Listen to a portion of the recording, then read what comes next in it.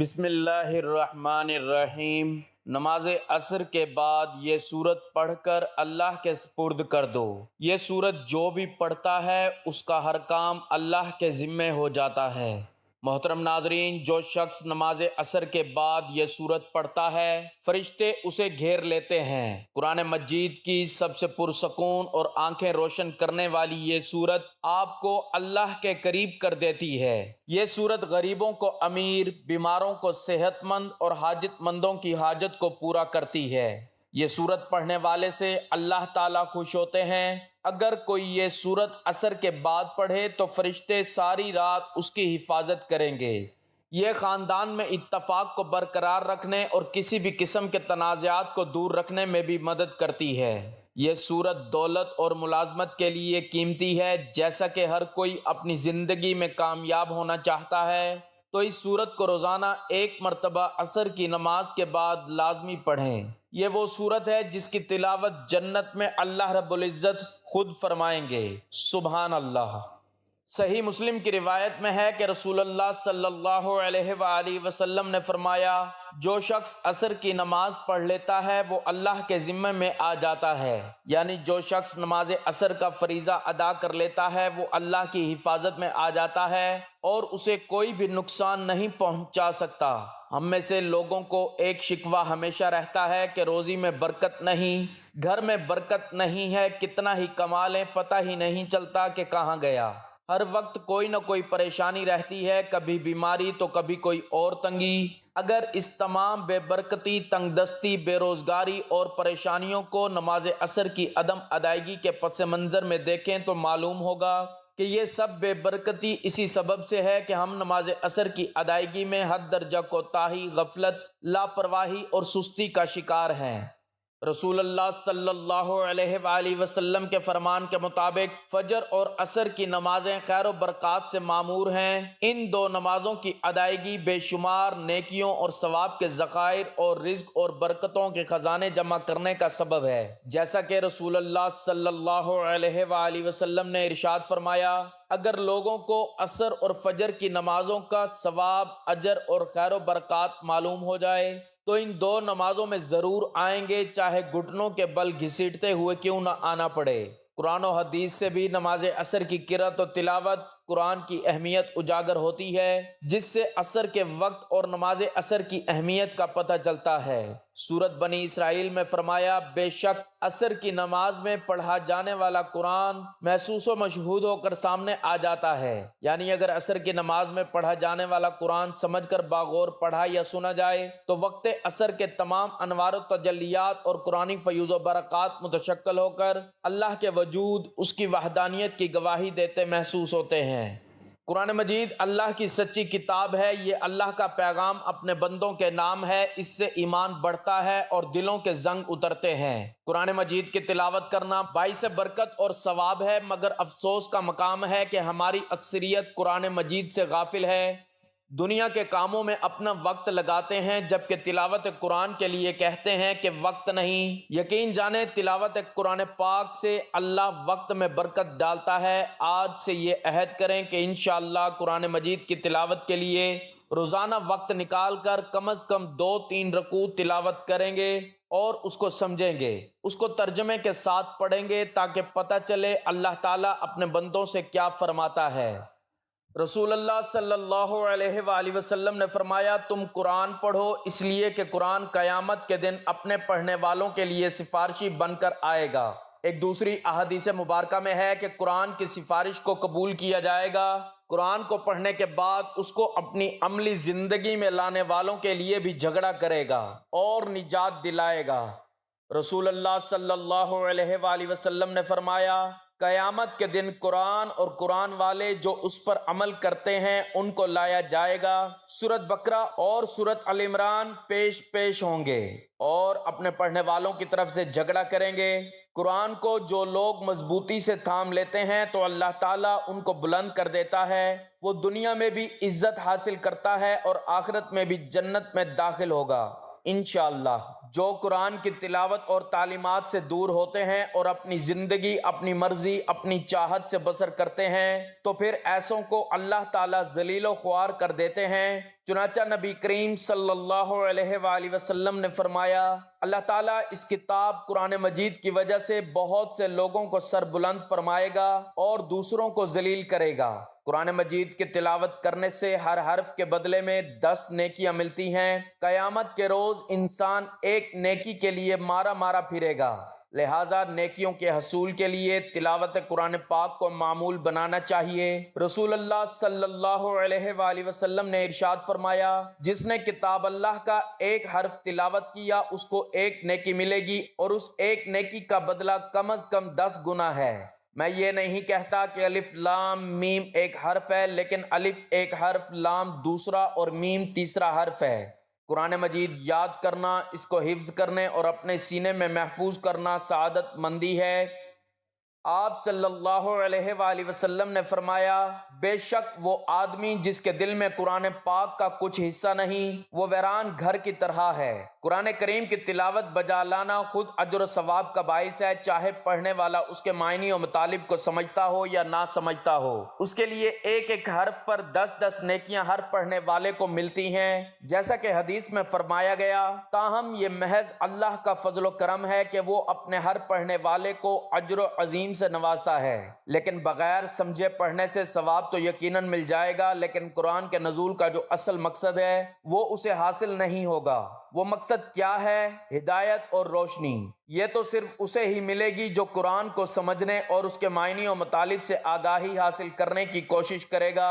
آج اس قرآن کے پڑھنے والے تو لاکھوں نہیں کروڑوں کی تعداد میں ہیں، لیکن اس میں بیان کردہ اصول و ضوابط اور تعلیمات و ہدایات کو سمجھنے والے کتنے تھوڑے، بالکل تھوڑے ہیں۔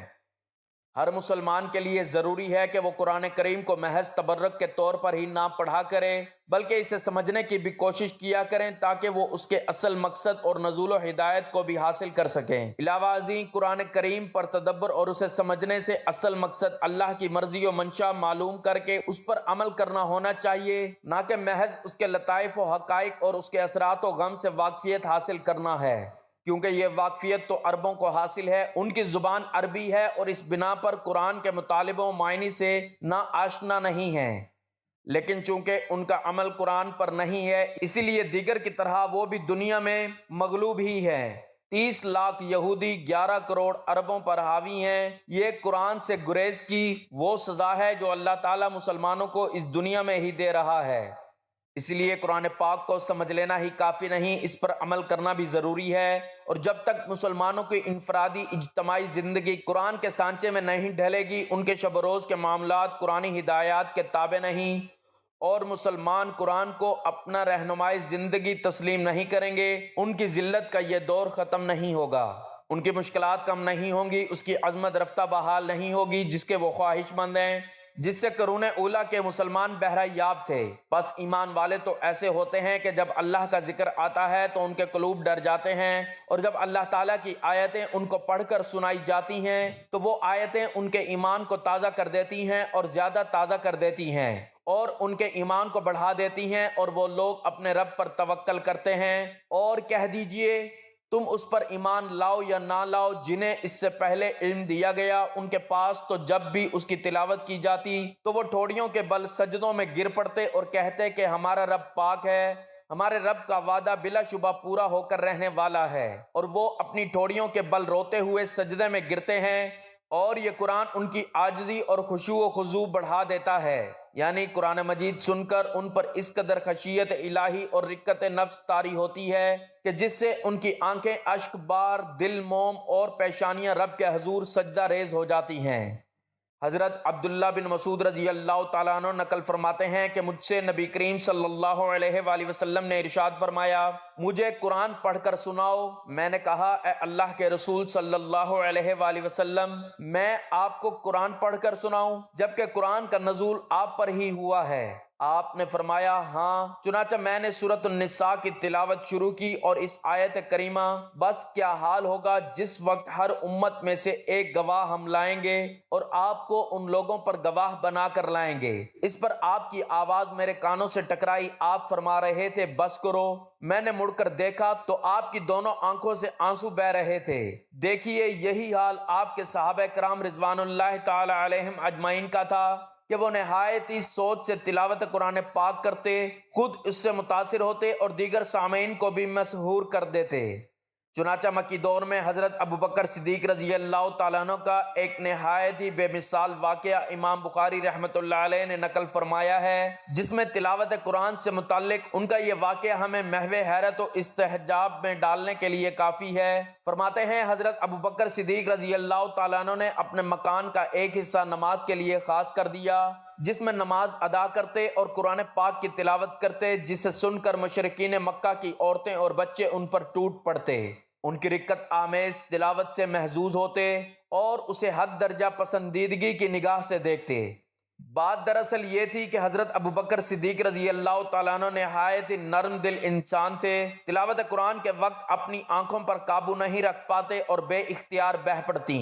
صحیح بخاری: اگر ہم اس قرآن کو کسی پہاڑ پر اتارتے تو دیکھتا کہ خوف الہی سے وہ پست ہو کر ٹکڑے ٹکڑے ہو جاتا۔ ہم ان مسائل کو لوگوں کے سامنے بیان کرتے ہیں تاکہ وہ غور و فکر کریں۔ تلاوت قرآن پاک وہ مبارک پسندیدہ عمل ہے جس کے سننے کے لیے نہ صرف سلیم الطبع انس و جن مضطرب بے چین رہتے ہیں، بلکہ آسمان سے فرشتے بھی اتر آتے ہیں۔ جن لوگوں کو قرآن مجید سے دلی لگاؤ ہو وہ اس کی تلاوت کے بغیر سکون نہیں پا سکتے، اس لیے باری تعالیٰ ایسے لوگوں کے اجر کو بھی بڑھا دیتا ہے، جیسا کہ حضرت عائشہ صدیقہ رضی اللہ تعالیٰ عنہا کی حدیث میں ہے۔ آپ صلی اللہ علیہ وآلہ وسلم نے فرمایا، جو شخص قرآن میں ماہر ہے وہ معزز فرشتوں کے ساتھ ہوتا ہے، اور جو شخص قرآن اٹک اٹک کر بامشقت پڑھتا ہے اس کے لیے دوہرا اجر و ثواب ہے۔ ایسے لوگوں کا مقام دنیا اور آخرت دونوں جگہ اعلیٰ و ارفع ہوگا۔ محترم ناظرین، آج کے وظیفے میں جس تسبیح اور سورت کی تلاوت کا ذکر کیا گیا ہے یہ سورت رحمان ہے، اور وہ مبارک تسبیح اللہ تعالیٰ کے بابرکت ناموں کی تسبیح ہے۔ سورت رحمان اللہ کے خوبصورت ناموں میں سے رحمان نام ہے، جس کا مطلب ہے رحم کرنے والا۔ یہ سورت جو پڑھتا ہے اس پر رحم کیا جاتا ہے، جس مقصد کے لیے بھی پڑھتا ہے مقصد پورا کیا جاتا ہے، دنیا اور آخرت کی سختی سے اسے نجات ملتی ہے۔ سورت رحمان کا نام اللہ کے خوبصورت ترین ناموں میں سے ایک نام پر رکھا گیا ہے۔ اس سورت میں خدا کے فضل کی مثالیں دی گئی ہیں اور اللہ کے مختلف تحائف کی اہمیت کو دہرایا گیا ہے۔ سورت رحمان ہمیں رحمت الہی کے تصور پر غور کرنے کی ترغیب دیتی ہے۔ اللہ تعالیٰ نے ہمیں مختلف تحائف دیے، یہ دنیا بھی ایک تحفہ ہے۔ درخت، کھانا، ہمارے ارد گرد کا ماحول، پانی، صحت مند جسم اور دماغ، خاندان، دوست، سب کچھ ایک تحفہ ہے۔ ہم اس سب کو قدر کی نگاہوں سے نہیں دیکھتے، لیکن اس آخر میں اس طرح کے ہر تحفے کی اہمیت ہوتی ہے۔ سورت رحمان ہمیں یاد رکھنے میں مدد کرتی ہے کہ اس طرح کے تمام خدائی احسانات ایسے نہیں ہیں جس سے ہمیں غفلت برتنی چاہیے۔ یہ آیت دہرانے سے کہ تمہارے رب کی نعمتیں ہیں جنہیں تم جھٹلاتے ہو، یہ سورت ہمیں بتاتی ہے کہ ہم اپنے رب کی کسی نعمت کا انکار نہ کریں۔ اس وقت کے مطابق کافر مسلسل اور مکروہ طور پر حق کا انکار کر رہے تھے اور مسلمانوں پر کھلے عام تشدد کر رہے تھے۔ تم اپنے رب کی کون کون سی نعمتوں کو جھٹلاؤ گے؟ در حقیقت جھٹلانے والوں کے لیے ایک مستقل نصیحت تھی جو غرور اور ناشکری میں اندھے تھے اور مسلمانوں پر بغیر کسی اشتعال کے حملہ کرتے اور قتل کر دیتے تھے۔ سورت رحمان اللہ کی رحمتوں کی لامحدود فہرست کو خوبصورتی سے پیش کرتی ہے، یہ دل کو چھو لیتی ہے اور سچے ایمان والوں کی آنکھوں میں آنسو لاتی ہے۔ انسانوں میں حق کو نظر انداز کرنے کی کمزوری ہے۔ ہم جانتے ہیں کہ ہر چیز فانی ہے، اس کے باوجود ہم دنیاوی دولت اور آسائشوں کے حصول میں دیوانے ہیں۔ دنیا کی اس تیز رفتاری، بے یقینی اور فتنہ انگیز دور میں ایک ایسا سہارا، ایک ایسا ذریعہ جس کے ذریعے انسان اپنی ٹوٹی ہوئی امیدوں کو جوڑ سکے، اپنے بکھرے ہوئے خوابوں کو پھر سے سجا سکے اور اپنی بند ہوتی راہوں کو کھول سکے، وہ ہے اللہ تعالیٰ کا پاک کلام قرآن مجید۔ اور قرآن مجید کی ہر صورت میں اپنے اندر ایک منفرد تاثیر اور مخصوص روحانی فیض موجود ہے۔ ان میں سے ایک صورت ایسی ہے جو صرف الفاظ کا مجموعہ نہیں بلکہ اللہ تعالیٰ کی عظمت، اس کی رحمت، اس کی نعمتوں اور اس کی قدرت کا عظیم الشان بیان ہے۔ جی ہاں، ہم بات کر رہے ہیں سورۃ الرحمن کی۔ سورۃ رحمان کو قرآن کا دل، رحمتوں کی جھلک اور نعمتوں کا آئینہ کہا جاتا ہے۔ یہ سورت وہ سحر انگیز روحانی تحفہ ہے جو دلوں کو سکون دیتی ہے، ذہنوں کو روشنی عطا کرتی ہے اور اللہ سے تعلق کو مضبوط ترین بنا دیتی ہے۔ خاص طور پر جب اسے نماز عصر کے بعد پڑھا جائے تو یہ سورت ایک ایسا عمل بن جاتی ہے جس کے بارے میں بزرگان دین، اولیاء کرام اور علماء نے عجیب و غریب کرامات و اثرات بیان کیے ہیں۔ یہ دعویٰ صرف زبانی نہیں بلکہ روحانی تجربات، مشاہدات اور محدثین و مفسرین کے اقوال سے ثابت ہے کہ جو شخص نماز عصر کے بعد سورۃ الرحمن کو پڑھے اور اپنے تمام کام اللہ تعالیٰ کے سپرد کر دے تو اللہ تعالیٰ اس کے ہر معاملے کو خود سنبھال لیتے ہیں۔ اس کے رزق میں کشادگی، اس کے دل میں سکون، اس کی زندگی میں آسانی اور اس کی دعاؤں میں قبولیت کے آثار نمایاں ہو جاتے ہیں۔ یقیناً ہم سب کو زندگی میں ایسے لمحات کا سامنا ہوتا ہے جہاں ہم بے بس ہو جاتے ہیں، ہماری عقل و تدبیر جواب دے جاتی ہے اور کوئی راستہ سجھائی نہیں دیتا۔ یہی وہ لمحہ ہوتا ہے جب انسان کو یاد آتا ہے کہ اب صرف اللہ ہی کافی ہے، اور سورۃ رحمان اس یاد کو ایک نوری شکل عطا کرتی ہے۔ یہ سورت اللہ تعالیٰ کے خوبصورت صفاتی نام الرحمن سے شروع ہوتی ہے، جس کا مطلب ہے نہایت رحم کرنے والا۔ وہ ذات جو بغیر مانگے دیتا ہے، جو خطاؤں پر پردہ ڈال کر بھی نوازتا ہے، جو نافرمانی کے باوجود بھی نعمتوں کی بارش جاری رکھتا ہے۔ اب ذرا اس روحانی حقیقت پر غور کریں۔ اگر کوئی بندہ نماز عصر کے بعد سچے دل سے سورۃ رحمان پڑھے اور اس کے بعد یہ نیت کرے کہ اے اللہ، میں اپنا ہر کام آپ کے سپرد کرتا ہوں، آپ میرے معاملات خود سنبھال لیجئے، تو کیا اللہ جیسا کریم، رحیم، عظیم رب اس کی سنوائی نہ کرے گا؟ یقیناً کرے گا، کیونکہ وہ تو خود فرماتا ہے وَرَحْمَتِي وَسِعَتْ كُلَّ شَيْءٍ، ترجمہ، اور میری رحمت ہر چیز کو گھیرے ہوئے ہے۔ یہ سورت انسان کو نہ صرف اللہ کی نعمتوں کی یاد دلاتی ہے بلکہ یہ بھی باور کراتی ہے کہ فَبِأَيِّ آلَاءِ رَبِّكُمَا تُكَذِّبَانِ، پھر تم اپنے رب کی کون کون سی نعمت کو جھٹلاؤ گے۔ یہ آیت اس سورت میں 31 بار دہرائی گئی ہے، جو اس بات کا اظہار ہے کہ انسان کو بار بار یاد دلایا جائے کہ وہ اللہ کی نعمتوں کی قدر کرے، شکر ادا کرے اور اپنی پریشانیاں اسی کے حوالے کر دے جو رحمان و رحیم ہے۔ سورۃ الرحمن کے اثرات پر بزرگان دین کے اقوال۔ حضرت علی رضی اللہ تعالیٰ عنہ سے روایت ہے کہ رسول اللہ صلی اللہ علیہ وآلہ وسلم نے فرمایا، ہر چیز کا حسن ہوتا ہے اور قرآن کا حسن سورۃ الرحمن ہے۔ حضرت امام جعفر صادق رحمۃ اللہ علیہ فرماتے ہیں، جو شخص سورۃ الرحمن کو مستقل پڑھتا ہے، اللہ تعالیٰ اس پر دنیا اور آخرت میں رحم فرماتے ہیں اور اس کے دل سے خوف، غم اور پریشانی دور ہو جاتی ہے۔ اولیاء اللہ کا کہنا ہے کہ سورۃ الرحمن کو عصر کے بعد پڑھنا ایسا ہے جیسے کوئی شخص اللہ کی بارگاہ میں اپنی فریاد پہنچا رہا ہو اور اللہ تعالیٰ اس کی ہر فریاد کو بغیر کسی رکاوٹ کے شرف قبولیت عطا فرماتے ہیں۔ ایک بزرگ فرماتے ہیں کہ ایک شخص جو شدید مالی تنگی کا شکار تھا، اس نے کسی اللہ والے سے مشورہ کیا۔ اسے یہ عمل بتایا گیا کہ نماز عصر کے بعد سورۃ الرحمن پڑھو اور اپنے تمام کام اللہ کے سپرد کر دو۔ اس نے یہ عمل مسلسل 21 دن کیا۔ نہ صرف اس کا قرضہ اتر گیا بلکہ ایسی جگہ سے رزق ملا جس کا اس نے کبھی سوچا بھی نہ تھا۔ اسی طرح ایک ماں نے اپنی بیٹی کے رشتے کے لیے سورۃ الرحمن کو عصر کے بعد روزانہ پڑھنا شروع کیا۔ چند دنوں میں ایسا رشتہ آیا جو نہ صرف دیندار تھا بلکہ دنیاوی لحاظ سے بھی بہت بہتر تھا۔ محترم ناظرین، ہمیں اس بات کا علم ہونا چاہیے کہ زندگی میں ہمارے پاس جو کچھ بھی ہے وہ مستقل نہیں ہے۔ ہمارے خاندان، دوست ہمیں چھوڑ سکتے ہیں، اچھی صحت میں کمی آ سکتی ہے، ہماری دولت بھی ختم ہو سکتی ہے، پھر بھی ہم مغرور اور متکبر رہتے ہیں۔ سورۃ رحمان ہمیں بار بار اللہ کا شکر ادا کرنے کی یاد دلاتی ہے، کیونکہ ہمارے پاس جو کچھ بھی ہے وہ ہمارے لیے اللہ تعالیٰ کا تحفہ ہے۔ ہمیں چاہیے کہ ہم دنیا کے لیے کام کریں اور نیک اعمال میں مشغول ہوں اور اللہ کو راضی کرنے کی کوشش کریں۔ ہمیں معلوم ہونا چاہیے کہ مسلمان ہونے کی حیثیت سے سورۃ رحمان کو دل سے سیکھنا امن و سکون کا باعث ثابت ہو سکتا ہے۔ اپنے آپ کو اللہ کے مختلف احسانات کی یاد دلا کر ہم تناؤ اور ذہنی دباؤ کا مقابلہ کر سکتے ہیں اور اپنے ایمان کو بھی مضبوط کر سکتے ہیں۔ محترم ناظرین، نماز عصر ادا کرنے کے بعد آپ نے ایک مرتبہ درود پاک پڑھنا ہے۔ درود پاک آپ کوئی سا بھی پڑھ سکتے ہیں، ایک بار ثواب کی نیت سے میرے ساتھ بھی پڑھ لیں۔ اللہم صلی علی محمد وعلی آل محمد کما صلیت علی ابراہیم وعلی آل ابراہیم انک حمید مجید۔ اللہم بارک علی محمد وعلی آل محمد کما بارکت علی ابراہیم وعلی آل ابراہیم انک حمید مجید۔ درود پاک ایک مرتبہ پڑھنے کے بعد آپ نے اللہ تعالیٰ کے مبارک نام یا رزاق، یا فتاح، یا علیم کی ایک تسبیح پڑھنی ہے۔ یہ تسبیح پڑھنے کے بعد آپ نے پھر ایک مرتبہ سورۃ رحمان پڑھنی ہے۔ آخر میں پھر درود پاک پڑھنا ہے اور آپ نے اللہ تعالیٰ سے دعا مانگنی ہے۔ یہ عمل کر کے آپ اللہ تعالیٰ سے کچھ مانگیں گے، اللہ تعالیٰ آپ کو خوشی خوشی عطا کرے گا انشاءاللہ۔ اس عمل کی برکت سے آپ کی تمام حاجات پوری ہو جائیں گی، آپ کو اللہ تعالیٰ دنیا اور آخرت میں کامیابی عطا کرے گا۔